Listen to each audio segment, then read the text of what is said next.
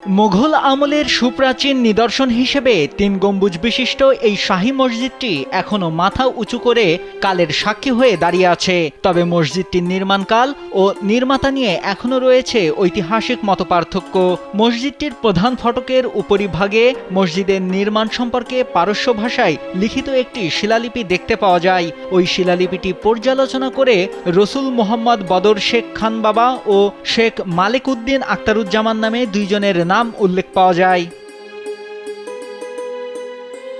এছাড়াও শিলালিপিটি পর্যালোচনা করে প্রত্নতত্ত্ববিদরা ধারণা করেন মসজিদটি ১৬৫৬ সালে মুঘল শাসক শাহ সুজার আমলে নির্মিত হতে পারে। আরও জনশ্রুতি আছে অনেক আগে ভূমিকম্পে মসজিদটির কিছু অংশ ভেঙে যায়। ভিশনের ফুলঝুরি মেগা অফারে ফ্রিজ কিনলেই পাচ্ছেন ১৬ পিসের আকর্ষণীয় গিফট বক্স একদম ফ্রি। তখন স্থানীয় অধিবাসী মালিক উদ্দিন আখতারুজ্জামান নামে এক ব্যক্তি ইরান থেকে কারিগর এনে মসজিদটি সংস্কার করেন। বলা হচ্ছে পঞ্চগড়ের ঐতিহাসিক মির্জাপুর শাহী মসজিদের কথা কয়েকশো বছর ধরে দাঁড়িয়ে আছে ইতিহাস ও ঐতিহ্যের স্মারক হিসেবে।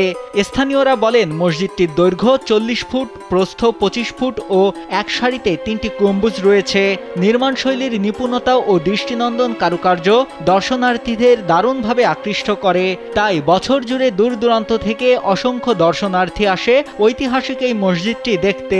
এই মসজিদটিতে সকাল বিকাল বাংলাদেশের বিভিন্ন অঞ্চল থেকে বিভিন্ন মানুষ দেখতে আসে। অনেক মানুষ বিকালবেলা অনেক এই মসজিদ দেখার জন্য ভিড় করে থাকে। আপনারা দেখতে পাচ্ছেন মসজিদের কারুকার্যগুলো অনেক সুন্দর, দেখলেই আমাদের দৃষ্টিনন্দন একটা দৃশ্য। মসজিদটির দেওয়ালের টেরাকোটা ফুল ও লতাপাতার নকশা খোদাই করা রয়েছে।